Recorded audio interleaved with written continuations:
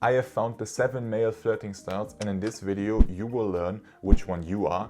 You will also see the other flirting styles and you will be able to steal strategies to implement it into your flirting style. So let's go. Number 1. The Kino. Now Kino might be a little bit of a weird word, but Kino is just a short form of kinesthetic, and kinesthetic just means it's like the clinical term for becoming touchy. So the flirting style of Kino becomes touchy with a girl. So in practice this could look like when he says something funny and she's laughing and he's laughing, kind of taps her shoulder, is a little bit touchy there. Or when she's wearing rings, he's like, oh, show me rings, and then she's like this, and then you just steal the ring and then like, oh, thanks for the gift, by the way. The Kino makes up little excuses to touch the girl, and he does that to see how far their relationship is already established. Like he's always like kind of like a little bit more, and then maybe he like takes a hand or something. He always tries to test, okay, how far can we go? And if he's not a total creep on the date, he will see that, okay, every time I touch her and then I can like touch her a little bit more, and eventually the Kino can escalate into a kiss after the girl has become comfortable with him being like with physical touch of him, pretty much. So there is a little bit of Kino in everybody, because think about it, how are you going to escalate on a date if you never break the touch barrier? It's not possible, right? Like you cannot kiss a girl when you haven't even held a hand before. Just like, it just would feel weird. It just would feel like you're jumping from level 1 to level 10 right away. So whatever flirting style you are, you need to use a little bit of Kino every time. Number 2 is the Accuser. So this is my flirting style. And what I actually do in it, what the Accuser does, is he flips the script on the girl. So usually it's like, okay, the guy is interested in the girl, and then he tries to make the girl interested in him. I turn this around. So I kind of accuse her of liking me. It just creates a dynamic I love so much, because what I'm essentially doing is, when I tell her, oh yeah, I know you have a crush on me, I'm essentially giving her the opportunity to admit that she likes me. And why do I need to give her the opportunity for that? Why doesn't she just tell me that straight to my face? Well, you know how girls like the communication, they're kind of autistic, just like we are, you know? So if the girl actually likes you, she will jump at the opportunity that you give her to express that. And sometimes you have to be a little bit persistent with the Accuser.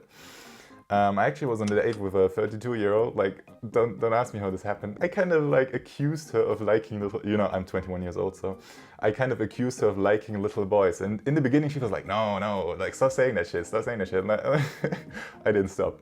And eventually this chick fucking made rape jokes with me. Like she, just be the Accuser, bro. Like you don't know if you're the Accuser, you can get girls to say like crazy shit. Now number 3, the guy you've all been waiting for, the Negger. Like I really like the Negger. Like I think the Negger is one of my favorites, and the Negger gets okay, I start saying his name now. He gets his name from negging. Now what is a neg? A neg is kind of like a compliment which is disguised as a front. So for example, you could say, oh yeah, that white dress, I keep seeing it all the time, like it's really trendy right now.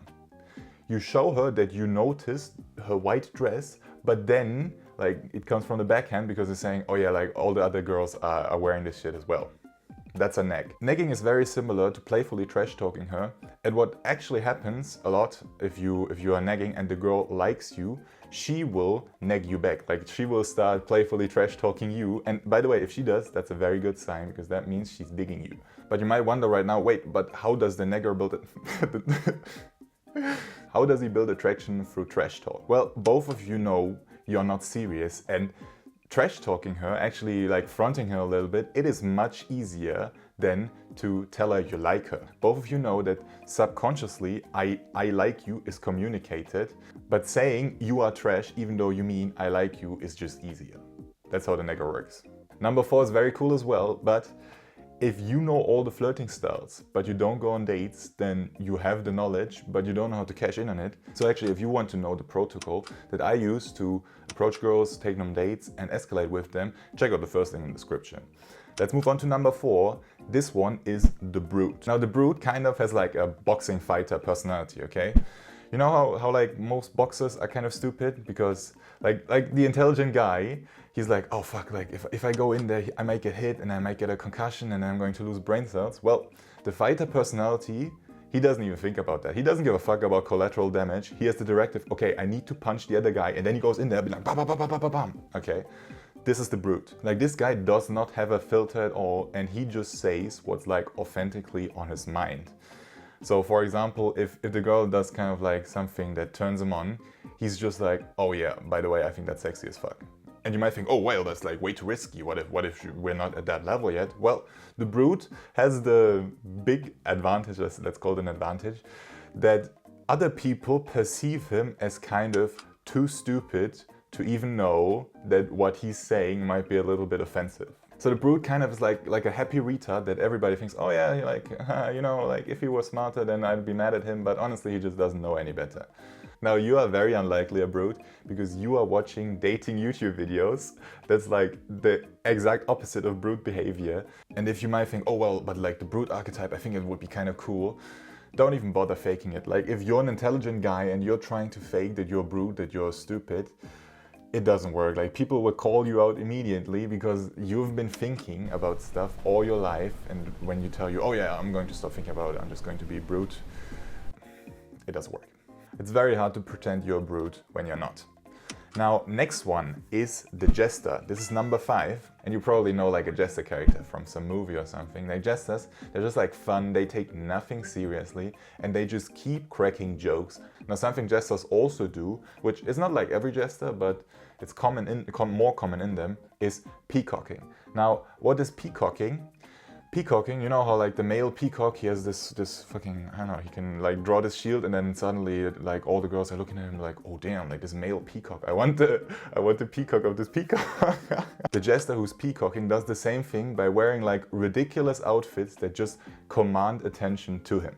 Now, as I just told you, the Jester, he cracks jokes, he's never serious, he's almost kind of one step ahead of the conversation at all times. Check this clip out, I think it describes him very well. What are we talking about? The Lord and Savior Jesus Christ? Hulk Hogan? Maybe you joke around so people don't see your true pain. I'm going through a lot. I just sold off my car because I invested everything in Pokemon Go. Joke your way out of everything. Get the fuck out of here. Either send me nudes or GTFO. Or both. Now, a pure Jester is very rare because honestly you have to have some mental illness if you can never lock in and never be serious. But the guys whose flirting type is really a pure Jester, or who have like a lot of Jester flirting type in their flirting, these guys often struggle with escalating with girls. Because sure, when you're on a date with a Jester, it's kind of fun because he keeps wearing jokes and you're laughing for like 2 hours. But this shit, like do this 3 or 4 dates, it becomes boring, you know? The girls, if she knows, oh yeah, this guy, like he always like, oh, do a little bit of a joke and then he's going to wear a weird outfit and then he's going to do some magic tricks. Like at some point, it's just not exciting anymore. The Jesters only turn on one emotion in women, and that's why they struggle to build long-term relationships. Now for number 6, we have the truth. And this is most likely your flirting type. Actually, it is the most common dating type that there is, at least like in the Western world. And it essentially is based on telling the truth, like being honest, being authentic. Now, it all sounds really nice, and society tells you, oh yeah, like the truth, it's like the best flirting type, you know, don't have any secrets with your girls, and make sure you always tell the truth, because that's just nice and that respects her feelings, because then she won't hide anything from you as well, which is a lie, by the way. If you're honest to your girl will not be honest in return. So the truth, he just tells the truth. Let me give you an example actually.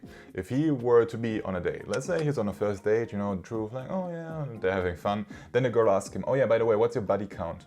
Then the truth, like he tells the truth, oh yeah, it's 0 by the way, he's a virgin. And a girl is going to see him and he's going to she's going to think like, oh damn, like what the fuck? Like, and then she's going to become unattracted. Now I'm going to tell you how you can answer this question correctly in the next flirting type. What you need to know about the truth is that it is not to your gain. Like if you have no secrets with your girl, this is not going to benefit you, because one of the most powerful things that we as humans have is our mind, and our mind can like imagine stuff, okay? And if you're the truth and you always tell her like the absolute truth, then you are going to make that imaginary part of her mind unnecessary.